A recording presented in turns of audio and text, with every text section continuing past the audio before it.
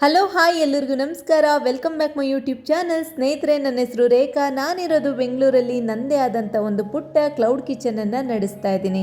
ಸ್ನೇಹಿತರೆ, ನಾನಿವತ್ತು ಶ್ರಾವಣ ಶನಿವಾರ ಆಗಿರೋದ್ರಿಂದ ದೇವರಿಗೆ ನೈವೇದ್ಯಕ್ಕಾಗುತ್ತೆ ಅಂತೇಳಿ ನಾನು ಕಡಲೆಕಾಳನ್ನ ನೆನೆಸಿಟ್ಟಿದ್ದೆ ರಾತ್ರಿ ಮಲಗುವಾಗ. ಈಗ ಕಡಲೆಕಾಳು ಉಸ್ಲಿ ಮಾಡ್ತಾ ಇದ್ದೀನಿ. ನೋಡಿ, ಚೆನ್ನಾಗಿ ನೆಂದಿತ್ತು. 1 ಕಪ್ ಆಗೋಷ್ಟು ಕಡಲೆಕಾಳನ್ನ ನೆನೆಸಿಟ್ಟಿದ್ದೆ ರಾತ್ರಿನೇ ಮಲಗುವಾಗ. ಚೆನ್ನಾಗಿ ನೆಂದಿದೆ ಕಾಳು.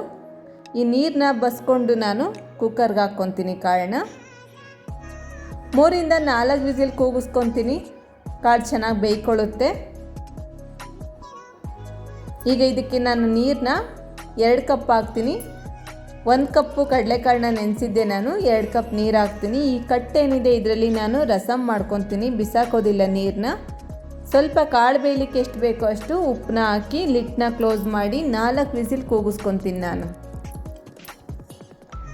ಚೆನ್ನಾಗಿ ಕಾಳು ಬೇಯ್ಕೊಳ್ಳಿ.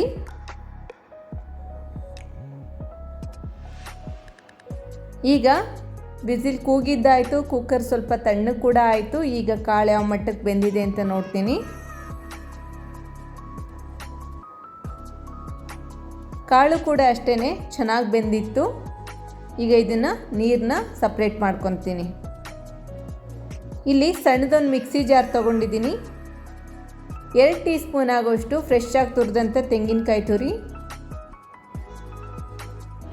1-2 ಕಡ್ಡಿ ಆಗೋಷ್ಟು ಕೊತ್ತಂಬರಿ ಸೊಪ್ಪು, 1-2-3 ಆಗೋಷ್ಟು ಹಸಿಮೆಣಸಿನ್ಕಾಯಿ. ಖಾರಕ್ಕೆ ತಕ್ಕಷ್ಟು ಇರಲಿ ಹಸಿಮೆಣಸಿನ್ಕಾಯಿ. ಇದು ಖಾರ ಇರಲಿಲ್ಲ, ಅದಕ್ಕೆ 1-2-3 ಹಾಕಿದ್ದೀನಿ. ಸ್ವಲ್ಪ ಶುಂಠಿ ಹಾಕಿದ್ದೀನಿ. ನೀರೇನು ಹಾಕ್ತೀರಾ, ನಾನು ದರ್ದರಿಯಾಗಿ ಇದನ್ನು ಪುಡಿ ಮಾಡ್ಕೊತೀನಿ.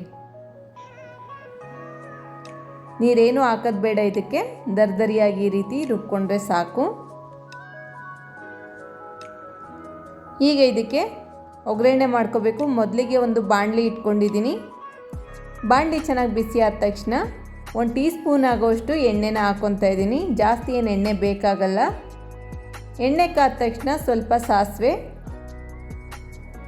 ಚೆನ್ನಾಗಿ ಸಿಡಿದ ತಕ್ಷಣ ಜೀರಿಗೆ,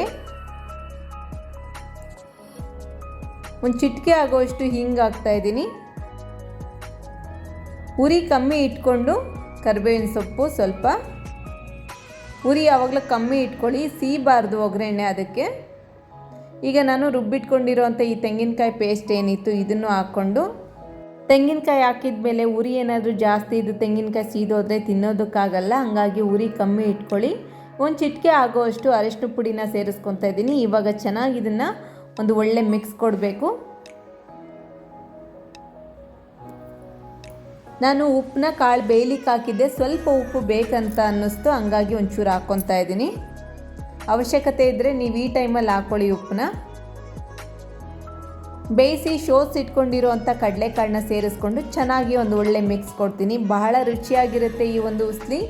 ನಾನೇನು ಮಾಡಿದೆ ಅಂದರೆ ಇದಕ್ಕೆ ನಾನು ಒಂದು ಸ್ವಲ್ಪ ನಿಂಬೆ ರಸ ಕೂಡ ಹಿಂಡಿದ್ದೀನಿ. ಆದರೆ ಎಡಿಟಿಂಗ್ ಮಾಡುವಾಗ ಅದು ಏನಾಯಿತು ಅಂತ ಗೊತ್ತಿಲ್ಲ, ಸ್ಕಿಪ್ ಆಗಿದೆ, ಸಾರಿ. ಸ್ವಲ್ಪ ನಿಂಬೆ ರಸನ ಸೇರಿಸ್ಕೋಬೇಕಾಗುತ್ತೆ ಲಾಸ್ಟಲ್ಲಿ.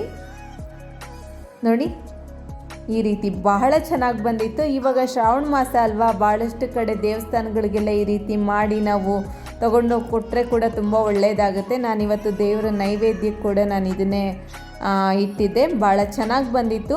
ಈ ವಿಡಿಯೋ ಇಷ್ಟ ಆದರೆ ಒಂದು ಲೈಕ್ ಕೊಡಿ, ಶೇರ್ ಮಾಡಿ, ಸಬ್ಸ್ಕ್ರೈಬ್ ಆಗಿ ಸಪೋರ್ಟ್ ಮಾಡಿ. ನೀವು ಕೂಡ ಮನೇಲಿ ಟ್ರೈ ಮಾಡಿ ಹೇಗೆ ಬಂತು ಅಂತ ತಿಳಿಸಿ. Thank you so much video ನೋಡಿದ್ದಕ್ಕೆ.